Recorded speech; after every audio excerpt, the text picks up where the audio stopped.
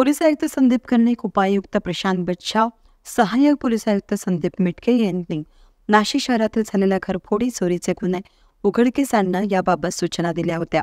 या आदेशाचं पालन करत दिनांक 9 ऑगस्टला पोलीस हवालदार मनोहर शिंदे, पोलीस अंमलदार विशाल कुवर, समाधान वाजे, महेश खान बहाले, तेजस मते यांच्या पथकानं फिरत असताना पोलीस अंमलदार महेश खान बहाले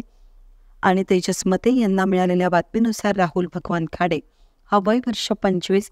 गुलाबवाडी, मालधक्का रोड, देवळाली गाव, नाशिक, पाथर्डी फाटा चौकामध्ये संशयितरित्या वावरताना आढळून आल्यानं त्याला गुन्हा शाखा युनिट 2च्या कार्यालयात आणून त्याच्याकडून वरिष्ठ पोलीस निरीक्षक विद्यासागर श्रीमनवार यांच्या मार्गदर्शनाखाली संपूर्ण विचारपूस केली। संशयित भगवान खाडे यांना सातपूर पोलीस स्टेशनच्या हद्दीत भावलेमळा, पिंपळगाव, बौला या ठिकाणी चोरी केली असल्याची कबुली दिली असून त्याच्याकडून सोन्याच्या कानातील बेल, सोन्याच्या 3 अंगठ्या, चांदीची लक्ष्मी देवीची मूर्ती, एकूण 41,300 रुपये किमतीचा मुद्देमाल हस्तगत करण्यात आला।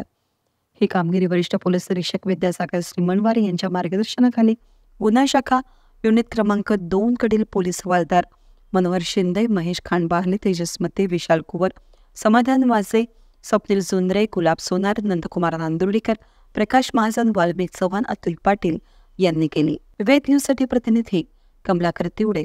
नाशिक।